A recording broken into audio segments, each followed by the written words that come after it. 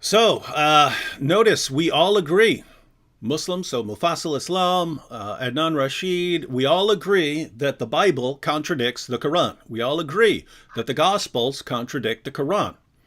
The question is, does the Quran affirm the inspiration and the preservation and the authority of the Gospel that we have? If so, game over.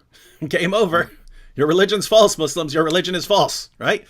If you affirm scriptures that contradict your own scriptures, then your religion has just self-destructed.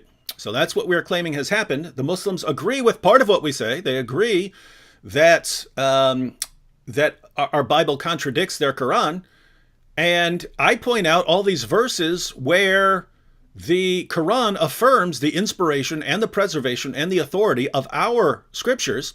And so I ask, show me one verse where Allah criticizes the gospel, where he says that it's been corrupted. Just show me one. And they can't do that, and they admit that they can't. So they've basically, they're granting the entire Islamic dilemma while just avoiding the conclusion, because the conclusion is that therefore Islam is false, and they do not want to acknowledge that Islam is false. Up. Never mind, Sam. What is it? It's one. It's both. We've covered both of these. Okay. Yeah. So we've looped back around. Oof. It says Okay. no, but yeah. Look at how this starts off, ladies and gentlemen. Act 17 Apologetics. Will you bow to Allah now? So here we have Al Imran, verse 78. Surah 3, verse 78. And indeed, there is among them a party who alter the scripture with their tongues. So you may think it is from the scripture, but it is not from the scripture. And they say this is from Allah, but it is not from Allah. And they speak untruth about Allah while they know. Notice that part, while they know. They know that they're lying. They know that they're misrepresenting it. That only makes sense if they already have the reliable scripture. All they're doing here is misrepresenting it with their tongues. Ladies and gentlemen, we've been through all this, so this is just review.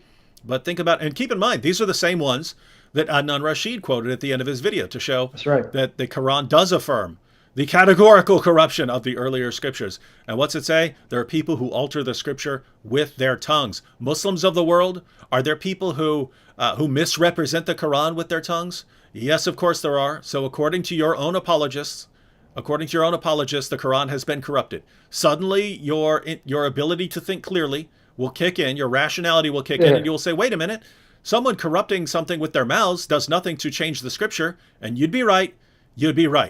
But it's too late now. You've already laid this down as a rule, and that's why you're about to see a never-ending series of videos showing all the different ways that your apologists have just proven that your scripture is corrupted. And you'll scream, and you'll whine, and you'll say, no, that can't possibly mean that our scripture's been corrupted. But it's too late. Your apologists, your YouTubers, your scholars have laid down the rule, and now you're stuck with it. And you could saw my head off. I am not letting you back off of this. And then, of course, we have Surah Al-Baqarah, verse 79. Amen. So woe to those who write the scripture with their own words, then say, this is from Allah, in order to exchange it for a small price. Woe to them for what their hands have written, and woe to them for what they earn. Sam went through a massive chunk of Surah 2 showing that this can't possibly refer to the corruption of the text. This refers to someone writing something down and claiming that it is from God. It does not refer to the corruption of the Torah. It certainly doesn't refer to the corruption of the gospel, because this entire section is about Jews. So you have here, it doesn't even tell what they're writing. It just says someone's writing something and saying that it's from God. Even if you go back to the Muslim commentaries, they say this referred to someone who was trying to write a false description about Muhammad to keep people off the track, did it for money. How could this possibly refer to the corruption of the Torah, which existed around the world and was already in places where it was buried and wasn't discovered until later? There's no way this could possibly refer to the corruption of the Torah, let alone the gospel, because the gospel isn't even being mentioned. And if Muslims did take this seriously as proof of corruption, then we would have to say that if I write something right now and I say this is from the Quran, that would mean that the Quran has been corrupted. But if I were to say that, once again, suddenly the reasoning ability of Muslims would turn on, and they would recognize, wait a minute, someone saying this is from the Quran does not corrupt the Quran at all.